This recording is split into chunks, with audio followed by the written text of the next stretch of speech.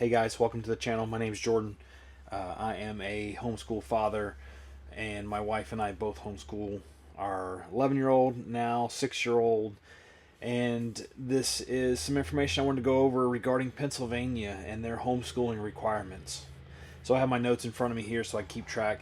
This video is just going to be a straight, unscripted discussion about what's going on, and let's go ahead and dive into it. First of all, Pennsylvania has 6 to 18 years old must comply with the compulsory education laws. That pretty much says if you're 6 to 18, you need to go to school unless you've graduated. This is more or less has changed just recently. It used to be a year younger. I believe it was 5 back around 2019-ish, 2020 when all this happened.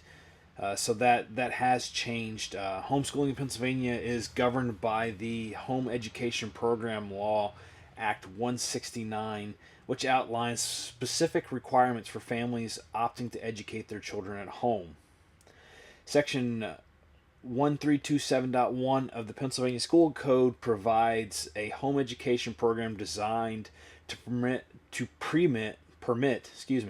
a parent, guardian, or legal custodian, they call it a supervisor as well, who has a high school diploma or is equivalent to conduct home education program for his or her child or children. Also, 22 Pennsylvania Code Section 11.31a states that the school district approval is not required to commence a home education program when all necessary paperwork has been filed. So this is pretty interesting because one of the things you have to do here in Pennsylvania is go notify your school district that, hey, Johnny, Mary, Jane, whoever, they're homeschooling, they're not going to your school, and I'm going to homeschool them here. Students must be allowed to participate in extracurricular activities under the 24 Pennsylvania Statute, Section 5-511, such as but not limited to clubs, musical ensembles, athletics, and theatrical productions. School districts must allow that. So if you were worried about, hey, I want to homeschool my kid, but I want them to play football, or I want them to be in theater, you can still do that, and your school districts can't tell you no. That is something to keep in mind. I know when I started homeschooling, or when we started homeschooling our son, who, as I was mentioning earlier, is 11, I didn't know if he was going to be able to do any of that stuff or not, because I wanted him to try baseball or basketball, whatever sport he wanted to do, or if he wanted to be in music. That's something that, I wanted him to have the ability and the opportunity that if he chose to do it, that he could be homeschooled and do extracurricular activities, or just do the extracurricular activities, because my wife was really adamant into homeschooling for our reasons. We discussed some of the reasons in the previous video on this channel, so let's keep on going on. They actually did amend that that area with the 1327.1 F.2 1 through 5, pretty much saying effective beginning with the 2023-2024 school year, school districts must allow home educated students to participate in any co-curricular activity that merges extracurricular activities with a required academic course. Academic courses, and they have in parentheses here, equaling up to at least 1/4 of the school day for full-time students, and career and technical education programs.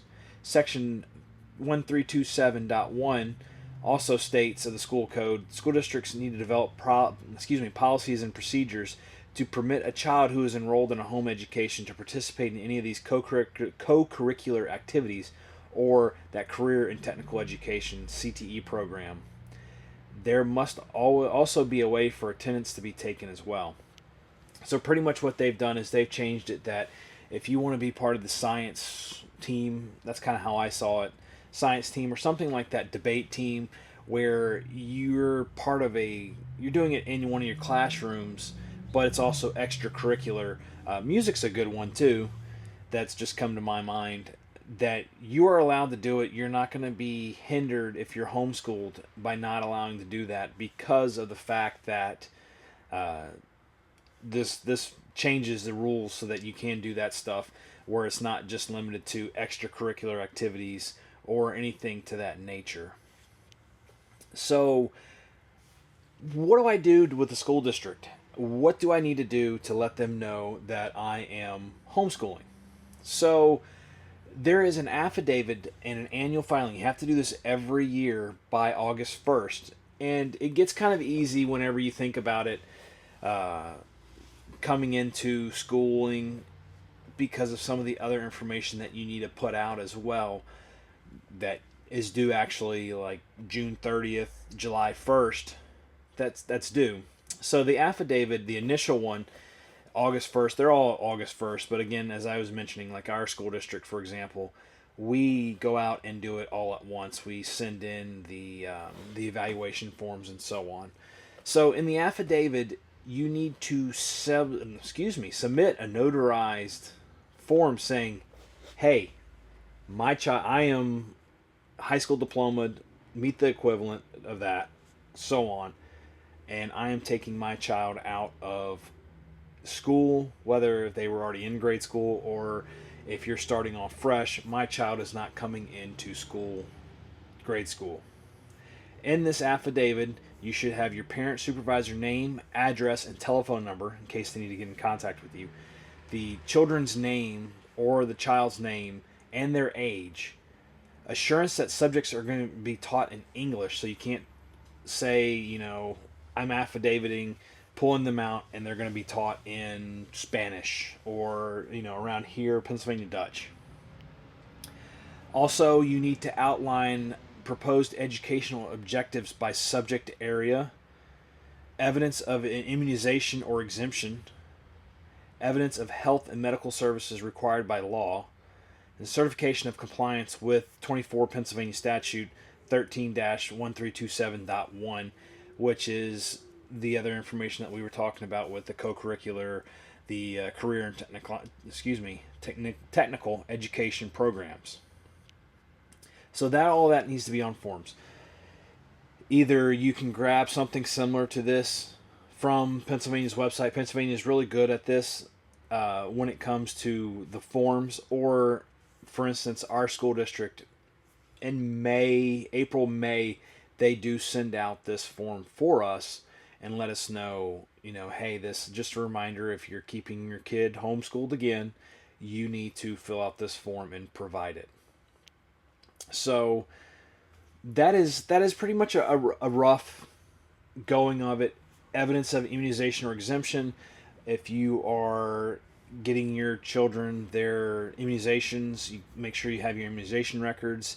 If you're not and you're choosing a religious exemption or something similar to that, make sure you write that down and notify your district that is what's going on. When it comes to the health and medical services required by law, we notify our general practitioners whenever they go for their free well visits that they do that, as well as dental visits are covered under this as well. So you need to have records of those, or at least provide your doctor and doctors, orthodontics, whatever that may be at the time.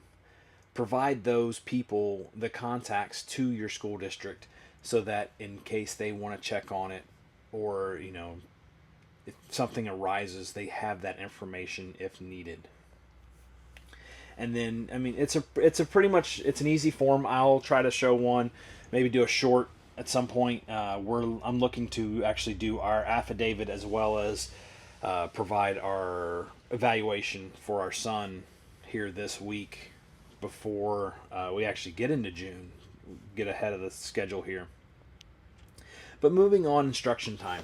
Instruction time is the time that your child is in school, homeschooled, being taught, so on. Instruction time for K through 12 is 180 days or 900 hours per year. And this can be found anywhere. Homeschoolpennsylvania.org is what ChatGPT pulled out, so I could have that quote for you guys. I knew it was 180 days. This is something that you don't have to follow schooling vacations, so to speak.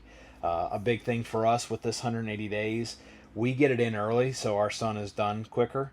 Whether, he may take a few days for Christmas time, the holidays, or there might be something coming up. We have a vacation coming up or something that we'll take an extended vacation and he doesn't have to do school. Or one thing that he likes to do is he likes to have off for his birthday. We oblige him that because we can fill that in and we just make up that extra day somewhere else. The beauty of this also is it's changed now, but like for instance, when I was in school, you had a lot of snow days. They've kind of gone away from that, which that's another story for another time, another debate, another discussion. They're school district here says you need to be on your computer doing schooling or some kind of schooling, and so you lose your snow day, which I don't know. That again, that's another discussion for another time. But to kind of give you an idea, 180 days, 900 hours, depending on how you want to do it. If you want to start early, you start your school year July 1, and you can go on. So if you want to start, July 5th, July 6th, and move on, all you got to do is hit 180 days. The beauty of this also, and one of the pluses of our homeschooling, is, for example, we go see my family that lives in Louisiana or down south. They can bring their schooling with them, and do some school and do their schoolwork there. So if, some parents like to take vacations. If you have to pull your kid out a lot of school, that's that kind of 180 days set up with grade school where you're only permitted to miss only a few days. With homeschooling, you can do it. You can bring schoolwork and do it. You don't have to take vacation days. Is like what I want to call it. Subjects to be taught. These are the mandatory minimum subjects that need to be taught. Now, some of this stuff, as I was reading and from what I heard, it doesn't matter when you cover it, and I'll explain when I go down through it. So, subjects in elementary, that is your K through 6, you need to do English, which includes spelling, reading, and writing. Your mathematics, arithmetic, science, geography, history of the United States and Pennsylvania, civics, safety education, including fire prevention. We have an excellent fire prevention camp that we do in our area every year that ticks this box for us. Health and physiology, physical education, music, and art. So, and then for secondary, which is your 7 through 12, English, mathematics, science, social studies, again, including civics, world history, U.S. and Pennsylvania history for us in Pennsylvania, health, physical education, art, music, and humanities. So I was reading about this a little bit earlier, doing research for this video to gain a little bit more common knowledge, not common knowledge, but confidence in my knowledge, as well as we were kind of discussing it ourselves for school. This does not mean you have to take history of the United States, Pennsylvania, civics, all that kind of stuff, every single year. For example, we do Pennsylvania history every year, more or less, because we'll go to events, and we use it as a field trip, but also events. I work in the capital area in Harrisburg, so we usually go down there for some things. So we cover that, but we're not necessarily required to. You just have to cover some of that within the K through 6. And so some people, I'll give you a good example. How it's not really done like this in school, in grade school. When you go to school, you sit there and you're doing your, 1 year you're doing history, world history. The next year you're doing U.S. history. The next year you're doing government. The other year you're doing Pennsylvania history. I don't even remember ever taking Pennsylvania history, to be honest with you. I was only in Pennsylvania for grade school from 6th grade. No, excuse me, 8th grade on. I don't remember ever taking Pennsylvania history because, in my opinion, Pennsylvania history is U.S. history because the birthplace is here in Philadelphia and so on. So, moving on, those are things, you don't have to take all of them. every year, but it's stuff that you want to stay focused on and cover. Even if you're covering just a little bit here and there, like we do when we talk about Pennsylvania history, we go to the farm show. We went to Seltzer's Bologna this year or this past year for schooling. So just keep that in mind that this is something that you want to cover and you want to, tick it off, do a little bit of it, and then focus on your. This is a core, but you can also add things on. We're talking about adding a secondary language on. We cover some of our health and physiology. He has that in his science books. It kind of goes in and dives into all of it together. English, spelling, reading, and writing, we do add extra on our spelling, or we're going to from now on. Reading, he reads even in his off time, logs what he reads and writes it down, and he keeps that log with him to show proof that, hey, I read this many books.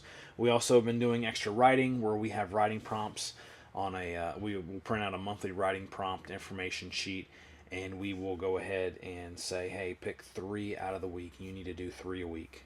So those are just extra things, and I'll cover more in detail on how we do things because we've kind of mixed it up a little bit and done stuff. But again, diving back into the reason for this video, more Pennsylvania information, testing. Pennsylvania School Code, the 24 Pennsylvania Statute 1327, 13-1327.1 states that the portfolio for home education students in grades 3, 5, and 8 must include the results of statewide tests, PSSAs for reading, language arts, and mathematics, or nationally normed standardized achievement tests.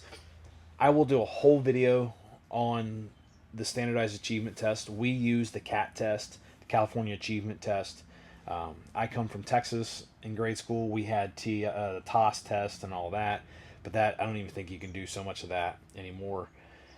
But this is something we will definitely cover on, but they only need to test in grades 3, 5, and 8. And you want to test that, and you just show that proof. So before we move on, and most of this information we're getting from, I got from Pennsylvania's website. They have a whole pa.gov/agencies/education/resources. I'll put the link down in the description because it's very long.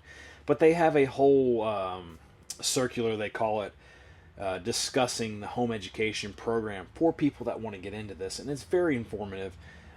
Between that, I pulled stuff from the Pennsylvania Code just because of my background in my job.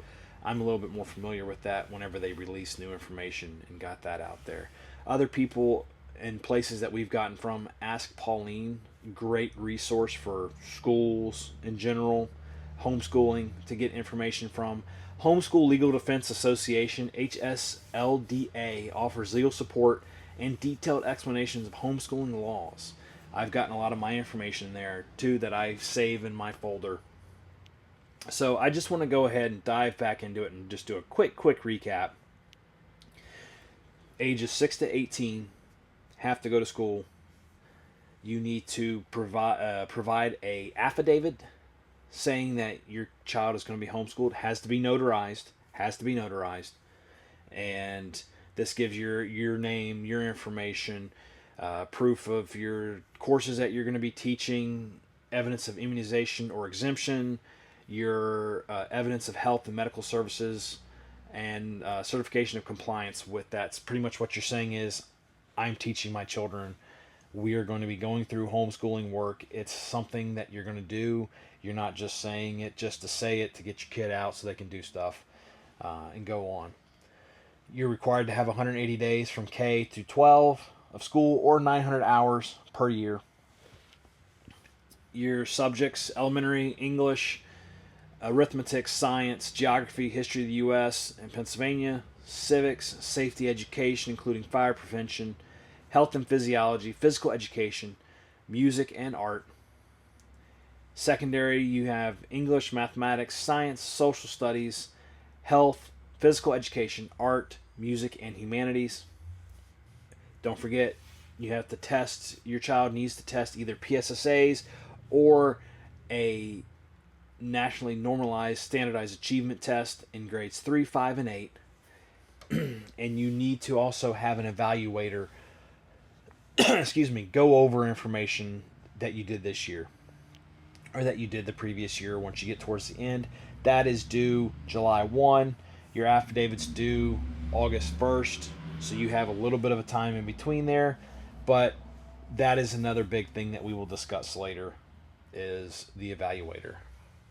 So I hope this was very informative for you guys. I want to try and do this for a few of the other states in our area. And again, please, hopefully you subscribe to this channel if you get any information out of this, any value. Follow along, because I'm going to go ahead and try to get some more clips of whenever we go on vacations, or not vacations, but field trips, and just centralize this channel around homeschooling to provide information and provide our perspective on how we do things. Anyway, I hope you guys have a great day, and we'll see you on the next video.